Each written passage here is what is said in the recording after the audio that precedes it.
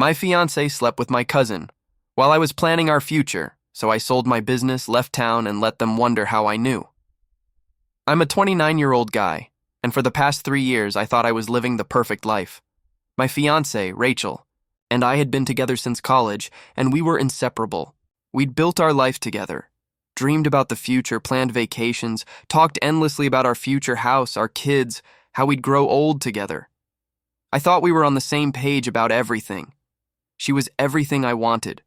Ambitious, caring, funny, and she had this incredible way of making everything seem like it would be okay, no matter what. We were a team.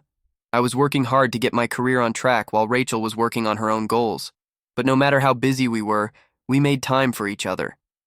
We'd spend weekends binge-watching movies, picking out furniture online for our future home, and taking walks in the park, talking about what our lives would look like in 5 or 10 years. She was my rock.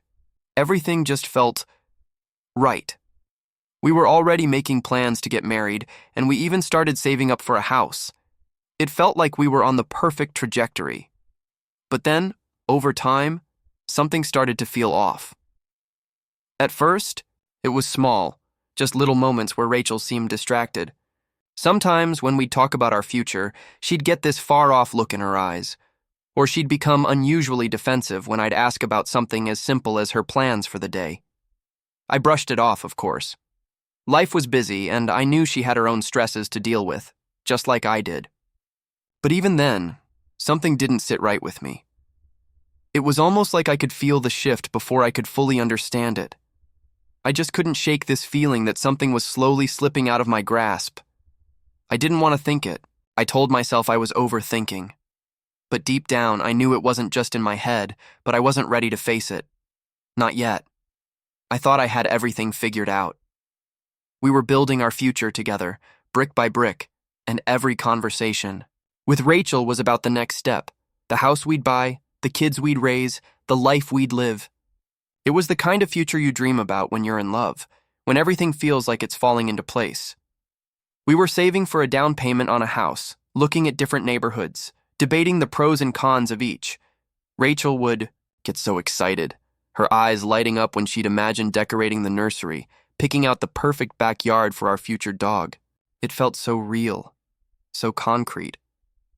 She talked about the wedding too, though in a more distant, almost offhand way, as if it was a given, like it was going to happen no matter what. It should have felt reassuring, but it didn't. It was more like a plan that was already in motion, like we were just following the script we'd written years ago. I remember one evening after a long day at work, Rachel and I were sitting at the kitchen table, scrolling through listings on our phones, making jokes about the absurdity of some of the places we were finding. That night felt perfect. She leaned across the table, her hand brushing mine, and she said, "This is it, right? This is the life we're building together. I can't wait." I couldn't either. But even then, there were little moments where I noticed her pulling away. It was so subtle, I almost didn't notice at first. Like when we'd be out with friends, and she'd be a little quieter than usual, or when she'd go to the bathroom at dinner and take longer than she should. It was nothing concrete, just a nagging feeling, like something was missing, like there was a part of her that wasn't fully there with me. I tried to ignore it. I told myself I was just stressed, that maybe she was feeling the pressure of our big plans. But deep down, I knew. Something had shifted. I just didn't know what it was yet.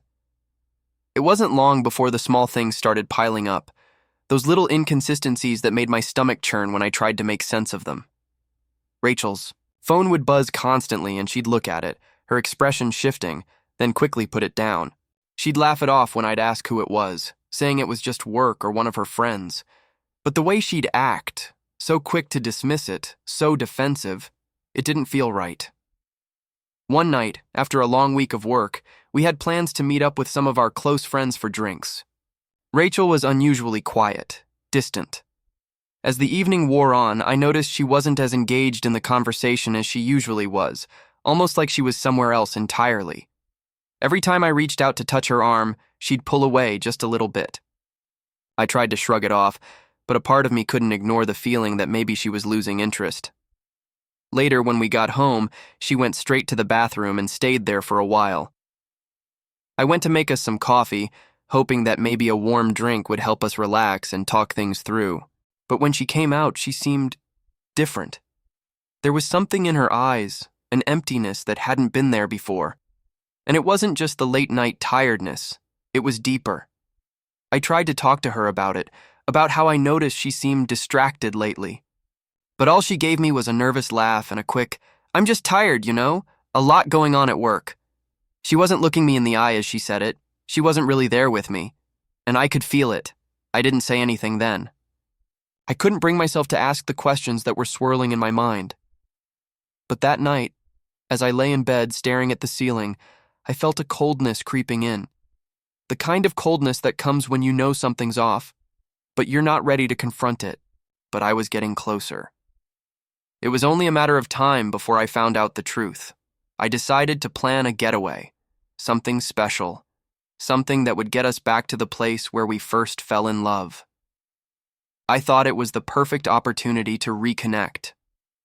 Rachel and I hadn't had a real vacation in months, and with everything we were planning for the future, I figured this would be the right time to remind us both why we were together in the first place. We went to a cabin upstate, tucked away, in the mountains, a secluded place with no distractions, just us, nature, and the quiet. But from the moment we got there, I felt like something was off. Rachel was quieter than usual. Her smile didn't reach her eyes. She seemed distracted, more interested in scrolling through her phone than actually being present with me. I tried to brush it off. Maybe she was just tired from the drive. But as the days went on, the distance grew. On our second night there, I brought up the idea of having a toast by the fire, just like we'd always talked about. Just the two of us talking about our dreams. But when I turned to look at her, I caught her glancing at her phone again, her fingers scrolling furiously, her face a mask of tension. "Rachel, who are you texting?" I asked, trying to keep the frustration out of my voice. She froze for a second, then quickly put the phone down, flashing me a tight smile. "Just a friend, it's nothing." But her eyes didn't meet mine. That was the first time I felt a stab of doubt, sharp and unmistakable. Later that night, when we went to bed, she curled up facing the other way. We used to cuddle, always. I tried to reach out to her, but she pulled away just enough to make it clear she didn't want to be touched. It was subtle, but it hurt. I couldn't shake the feeling that something had changed. Something had shifted, and it wasn't just the tension in the air. It felt like the first real crack in our relationship, but I didn't know how deep the crack went. Not yet. It wasn't until we got back from the trip that everything started falling into place.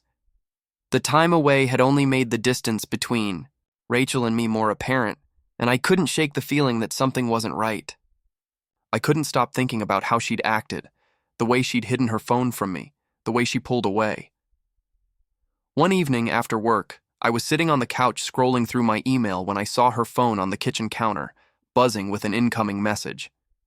It was a strange moment. I wasn't snooping, but something in me told me to look. I picked up her phone, hesitating for a moment before unlocking it. I know I shouldn't have, but at that moment the need to know felt overwhelming. The message was from a number I didn't recognize. It wasn't the first time I'd seen strange numbers pop up on her phone, but this time I couldn't ignore the gnawing feeling in my gut. I opened the message, and my heart stopped. It was a simple message, one that would seem innocuous to anyone else. "Can't wait to see you tonight, babe." I stared at the screen, my hand shaking. It wasn't the message that hit me hardest. It was the name attached to the number. It was my cousin, Jason. My mind went numb as the realization hit me like a punch to the gut. My cousin. The guy I'd trusted my entire life. The one I thought of as a brother. And Rachel. She'd been texting him like this behind my back. I dropped the phone like it was on fire. The room spun, and I felt like the walls were closing in on me. I couldn't breathe. I stood there paralyzed, for what felt like an eternity, trying to process what I'd just seen. My mind raced. Was this a joke? Some kind of sick prank? Or had my fiancé really been cheating on me with my cousin? I heard Rachel's footsteps approaching from the hallway, and suddenly I was caught. I had a choice. I could confront her right there, or I could wait. But I didn't have the strength to face her yet. not when I didn't even understand the full picture. But the truth was clear. My world had just shattered. I didn't say anything to Rachel that night. I couldn't. I stood there, staring at the phone in my hand, the weight of what I'd just discovered sinking in. I had to make sense of it before I said anything. Before I let the anger consume me, I needed answers. Answers I wasn't sure I was ready to hear. The next morning, she acted like everything was normal, like the distance between us hadn't grown, like she hadn't been texting my cousin behind my back. She kissed me goodbye as she left for work, but I could barely return the gesture. I was already planning the confrontation in my head, every word, every question, running through my mind. When she came home that evening, I was waiting for her. My nerves were frayed, but I couldn't wait any longer. I needed to know the truth, even if it destroyed me. "Rachel," I said, my voice cold, "we need to talk." Her eyes widened at the tone, but she sat down across from me, her usual calm demeanor slipping just a little. She must have known something was off. I didn't waste any time. I picked up her phone from the counter, the same phone I had been holding the night before. I held it out to her, forcing her to look at the screen. "You want to explain this?" I asked, my voice barely a whisper, but the weight of it felt like thunder. Rachel's face went pale, her eyes flicking between me and the phone as if she was searching for some way to make it all go away. Her lips trembled, but no words came. She just sat there, frozen, looking like she'd been caught in a lie too big to untangle. I waited for her to speak, but nothing came.